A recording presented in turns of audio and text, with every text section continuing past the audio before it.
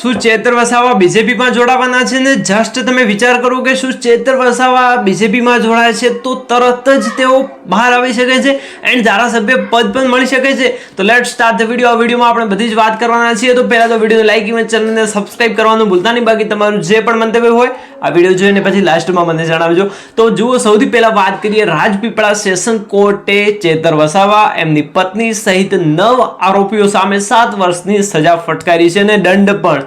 But એની પહેલા વાત કરીએ તો આ બધો મુદ્દો શું હતો અને કેમ આટલો બધો મુદ્દો ચગી ગયો ચેતર વસાવાને લઈને. તો લેટ સ્ટાર્ટ ધ વિડીયો. તો જુઓ, સૌથી પહેલા વાત કરીએ ચેતર વસાવાને લઈને. તો આઈ થિંક તમે સૌ લોકો જાણતા હશો કે ચેતર વસાવાની ચાહના ભાઈ આદિવાસી સમાજમાં બહુ જ બહોળા પ્રમાણમાં લાગી રહી છે એન્ડ ભાઈ એમની ચાહના છે પણ. બટ બીજી બાજુ વાત કરીએ તો નવેમ્બર 2023માં એક કિસ્સો બને છે, એક કેસ બને છે. તમે જે પણ કહી શકો છો કે વિવાદ પણ બને છે, તમારું જે મંતવ્ય હોય તમે કહી શકો છો.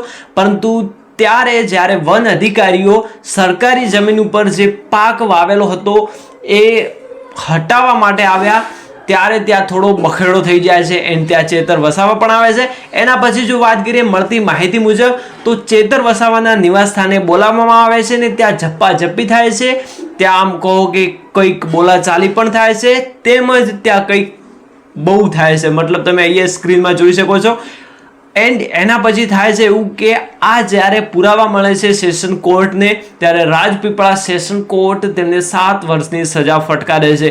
એન્ડ એક આપણો નિયમ પણ અત્યારે નવો આવ્યો છે કે 2 વર્ષથી વધુની સજા જ્યારે કોઈ પણ ધારાસભ્ય પદ હોય કે ભલે કોઈ પણ પદ હોય તો 2 વર્ષથી વધારે જો સજા ફટકારવામાં આવે છે તો તેઓ બહાર થઈ શકે છે. મતલબ કે એમનું પદ નીકળી જાય છે, તેઓ ધારાસભ્ય રહેતા નથી. તો શું ચેતર વસાવાને જો 7 વર્ષની સજા થશે તો તેમનું પણ ધારાસભ્ય પદ જશે કે નહીં? તમે મને કોમેન્ટ્સ કરીને જરૂર જણાવજો. બટ બીજી બાજુ વાત કરીએ ચેતર વસાવાને લઈને તો અત્યારે ઘણી બધી અટકળો આવી રહી છે કે જો ચેતર વસાવા બીજેપીમાં જોડાય તો ભાઈ આરામથી તેઓ પોતાની જિંદગી જીવી શકે છે. બટ મને એવું નથી લાગતું, કારણ કે ચેતર વસાવાએ ખુલીને કહી દીધું છે કે હું જંગલમાં ફરતો વાઘ છું, સર્કસનો વાઘ નથી. મતલબ કે ચેતર વસાવાએ એક જાહેર મંચ ઉપરથી એવું કહેલું છે કે હું ક્યારે ભાજપમાં જોડાવાનો નથી. હવે આના વિશે તમારું શું મંતવ્ય છે તમે કોમેન્ટ્સ કરીને જરૂર જણાવજો.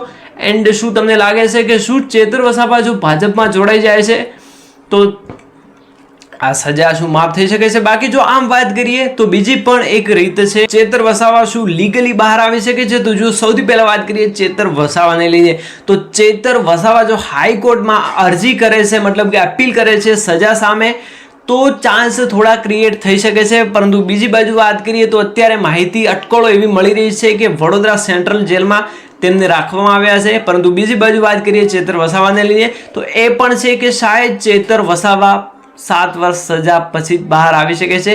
એન્ડ જો હાઈકોર્ટમાં એમની અપીલ સ્વીકારાય છે, જો જામીન મંજૂર થાય છે, જો હાઈકોર્ટ સ્ટે આપે છે તો પણ એમના ચાન્સ ક્રિએટ થઈ શકે છે, તેમને રાહત મળી શકે છે, તેમની સજા પણ થોડી ઘણી માફ થઈ શકે છે એન્ડ જામીન ઉપર તેઓ બહાર આવી શકે છે. બાકી તમારું શું મંતવ્ય છે, આગળ શું થવાનું છે એ તમે મને કોમેન્ટ્સ કરીને જરૂર જણાવજો. બાકી મળીશું એક નવા વિડીયોમાં, ત્યાં સુધી આવજો, take care and good bye. અને હા, મને કોમેન્ટ્સ કરીને જજો કે શું ચેતર વસાવા પણ બીજેપીમાં જોડાવાના છે કે નહીં. બાકી મળીએ એક નવા વિડીયોમાં.